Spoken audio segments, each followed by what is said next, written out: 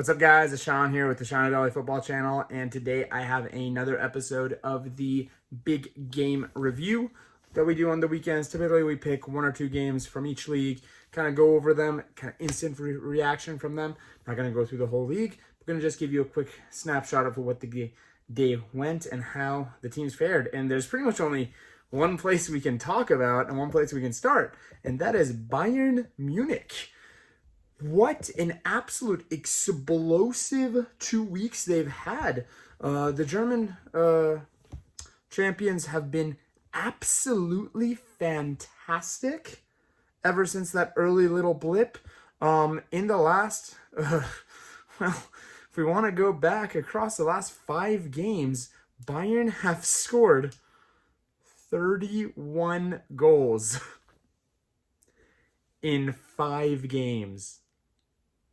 It's not even a joke. It's 31. 12 were against a German fifth-tier side, but the rest were against Barcelona and 3 good Bundesliga teams.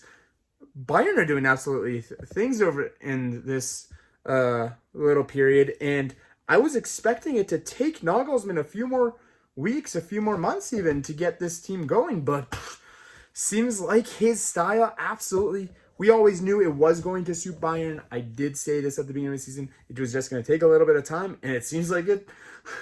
Nagelsmann, the one thing you can always guarantee with him is he wants goals, and he's going to maximize attacking output from whatever he has. And guess what? He has Robert Lewandowski, and Kimmich is getting into the goals now. Kimmich actually scored 2 goals today from somewhere. Very, very happy with the progression of Leroy Sané, actually. Talking about the game a little bit, actually, against VfL Bochum. 7-0 to Bayern.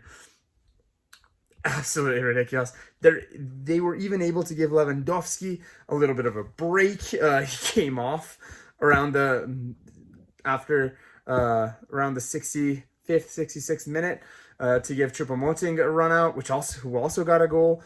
But absolutely fantastic from Bayern. Just full dominant control.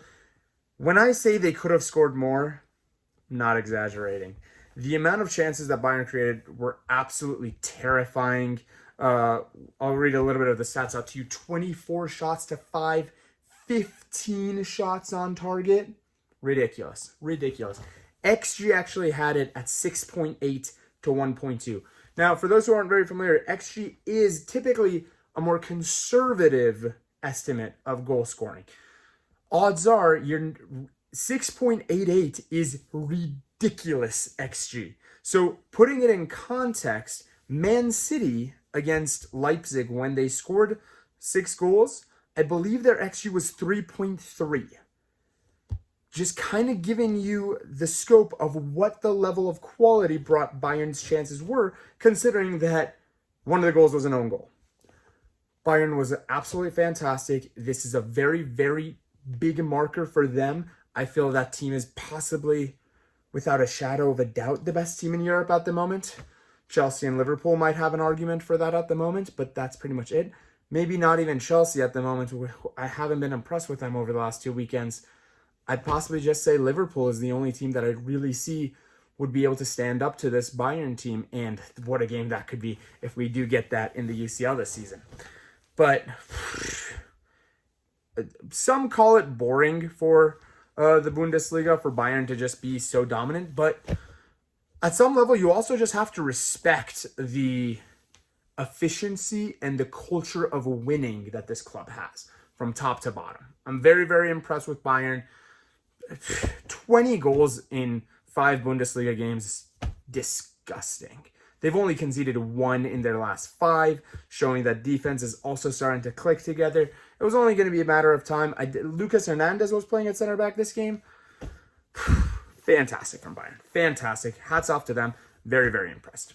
Moving on to the other team that I was absolutely blown away by, and that is Inter. No Lukaku, no Hakimi, no Conte, no problem. No big deal at all. 6-1 against Bologna for the second time this season. I was going to say the Nerazzurri. The Nerazzurri is the national team. But Internazionale was able to get 6 goals again from their opening game of the season. They also were able to score 6, but this is a phenomenal result from them. So impressive. 2 players that I'm going to shout out heavily. Number 1 is going to be Dumfries. What an absolute dynamite player he was this game, tearing up and down that right flank. It's like Hakimi never left. I was a very big fan of this transfer, and I thought it would go very well for them. I brought them up in one of my teams that had one of the best summers, in my opinion. I think they're going to be absolutely a dynamite team this year. Serie A is such a fun league to watch at the moment. We're going to get to Milan, Juventus in a little bit. Just wait for that. But such a fun game. Absolutely impressed with his entire Milan outfit, honestly. Inzaghi has been able to mastermind something very clever with the main thing about Dumfries that I think could potentially be better than Hakimi. Hakimi's a little selfish, which is a great quality to have, but that is something that I feel like he needed to weed out of his game, is he wants to score a lot more than he wants to provide. Dumfries, not at all. Every single time he had that open channel, first time ball, cross, on the ground, could have had 3 assists easy this game. So impressed by him.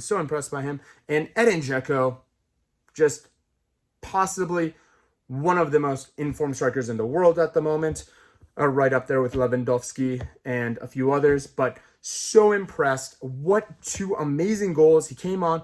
Sad note for Joaquim Correa. I hope he's fine. I hope he can continue the fantastic start he's had for the Nerazzurri. For Inter Milan, is their nickname the Nerazzurri? Side note, Inter Milan nickname. It is the Nerazzurri. I was totally right. We're totally fine. Moving on. XG actually had this game. It wasn't Bayern level dominance, obviously, but 4.28 to 0.86 kind of gives you a pretty accurate story of the game. Very impressed by this team, and I actually am going to just put out that Inter are going to retain the Scudetto. I believe I predicted that in my shout out as well. It's going to be between the Milan sides, in my opinion. Lazio, I think they're good. They're very good, and I have expectations of them to do well in Serie A, because it seems at the moment Serie A is not quite at the same level as like the Champions League. You can tell the quality of the games. But Inter, I actually thought they deserved to win against Madrid. They kind of got unlucky, but that's kind of that. Moving on to the one Premier League game that I wanted to talk about today. This is a bit more of a disappointing one. One I'm disappointed. I had a mini prediction about this. I had a mini thought that I had a feeling that City were going to struggle today, and boy, did they struggle. Southampton went to the Etihad and made it so hard. You could kind of tell. I did make this prediction. This is the first game of the teams coming back from Europe, having played 2 games in a week. They were going to get tired. That was kind of expected from them. We kind of got that result from City. They were very tired. This game had a very weird context around it. I know there's all this stigma around the world about how City's doesn't have fans at the stadium. It's usually not the case. City usually does have fans in the stadium. However, their fan base, which is not it's not an insult necessarily, but they just don't have as big a following as a lot of the other teams in the league do. Majority of their success has come from the fact that they were heavily invested in by a multi-billionaire. That's okay, but that's totally fine to be that team. But that is the truth. That's the fact of the matter.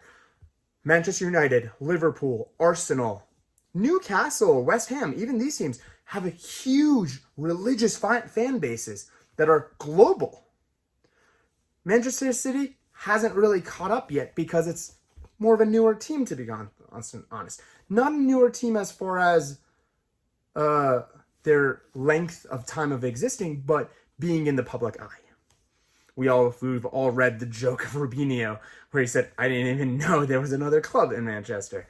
So it's not that level, but this week, Pep Guardiola requesting for fans to actually come to the stadium, that was very weird. Fans didn't show up in full force. There was a very weird communication. It kind of seems like Pep is lining it up for an exit. I don't know, but so far this has not been a great start for City this season. 2 draws in the opening 5 games is pretty disappointing. A draw and a loss, A draw and a loss within the first 5 games.